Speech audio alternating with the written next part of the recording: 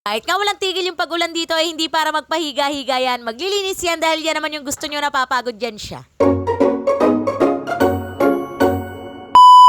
Oh, nakikita nyo naman yung panahon na yan, ganyan. Panahon talaga ay masarap magpahiga-higa pero hindi pwede dahil kahit araw-araw naglilinis si ate girl, feeling niya ay madaming kalat pa sa mga sulok-sulok. Kaya samahan nyo yung babae na yan na hiluhin yung mga gamit niya sa bahay. Napakalikot na naman kasi na pag-iisip nan ngayong araw at may gusto nga yung ilipat na gamit. Bago nga yun dito nga muna ako nagdiretso sa aming automatic washing machine para alam nyo na habang gumagawa ako sa bahay merong nalalabhan ng mga libaging damit. Kapag linis na ako ng bahay nalabhan pa nga yung damit namin o diba. Paglilinis, unahin ko na nga dito sa libagi namin kortina. Hindi ko na nga alam kung ilang buwan na ba yung namamalagi dyan. Isa lang kasi talaga yung kortina namin na yan. Pero magantay nga kayo sa susunod na linggo o susunod na buwan dahil papalta natin yan. Dahil nakikita mo naman kulay pink yan. Hindi nga yun yung tema ng bahay. Hindi siya nakaka-aesthetic. O siya, tara samahan nyo na yung babae na yan na hiluhin niya yung mga gamit niya sa bahay. Diyan na nga ako nagsimula sa may kusina dahil dyan ko nga itatamba ko iipod yung mga gamit mula nga dyan sa may sala. Alang tong bahay namin magkatabi lang talaga yung sala pati na rin nga kusina. Tagal ko na nga binabalak na lalagyan nga ng division yan dyan sa may kusina dahil kapag may bisita ay kitang-kita naman talaga yung kusina pati na rin nga yan dyan sa may banyo. Maganda nga ding ipang division dyan yung mga nauuso ngayong kitchen cabinet pero sa ngayon wag muna dahil wala pang ang budget para dyan. Tamang imagine at balak muna yan si ate girl. Matanggal yung mga gamit sa kusina, ayan si ate girl nagtututuro nga siya na para bang napakadami niyang alam.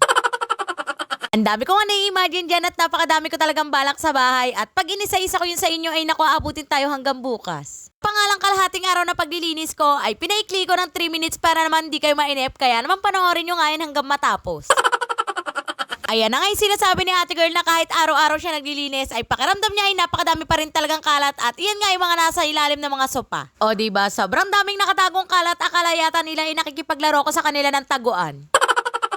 Ayan, after ko maglinis dyan sa may sala ay nag-agiw-agiw nga lang ako dyan at pinunasan ko nga yung pang-display dahil naku napakadumi na talaga. After kong punasan yung pang-display ayan at dinakot ko naman nga yung mga winalis ko, wala nga ako nakitang dustpan kaya ayan kinamay ko na lang siya. Inunod ko na nga yung paglalampaso dyan sa may sala para mailagay ko na nga yung mga pinag-aalis kong gamit dyan. Dyan sa pwesto ng sopa ay nilagay ko nga dyan yung maliit namin na mesa. Kapag magpapromote ako ng mga product at magbibideo ko, ayan at may pwesto na nga talaga ako. Ito naman nga yung pwesto ng sopa na ginawa ko, bali nakapatalikod nga yan dyan sa may kusina. Bali, ang mga supang yan yung magsisilbing mini division dyan. After ko maglinis sa salay, eto naman nga kusina yung pinakalman ko at naglampaso-lampaso na nga lang ako dyan. Pagwalis na nga ako dyan at hindi ko nga na-play yung video, o di ba kaloka. Ang makatapos nga ako maglampaso dyan sa kusina, ayan, binalik ko na nga yung mesa namin dyan. Tayo ko nga yan sa pwesto ng sopa dahil alam nyo na kapag nilanggam yan dyan sa may mesa ay nakulalanggamin din yung sopa. Naisip ko nga yan ay parang nagsisina ako sa pwestong ginawa ko dyan sa sopa. Kung nga ibalik yung mga gamit dyan sa mesa ay pinunasan ko muna na mabuti yan dahil naku napakadami na talagang mancha. Kung mapunasan yung mesa, isa-isa ko na nga binalik yung mga gamit dyan at inuna ko na nga yung aesthetic na lagayan ko ng itlog. Nunod ko na nga ding ilagay yung lagayan namin ng mga plato. Dyan talaga namin yan nilalagay sa mesa dahil naku masikip yung kusina, wala nang paglalagyan. Kaya nakatapos na nga ako ng paglilinis at syempre natapos na din nga maglaba yung washing namin. Ang sinasabi ko sa inyo, natapos na yung linisin, natapos na din yung labahin. Nga kayo sinama sa pagbibilad ko at ayan, meron na nga karapatang magpahiga-higa yung babae na yan dahil natapos na ngayon sa mga gawain niya. Ang sarap lang talaga sa feeling kapag nakatapos ng gawain. Paano hanggang dito na lang muna, i-follow nyo yan siya para sa mga next mini vlog natin. Bye!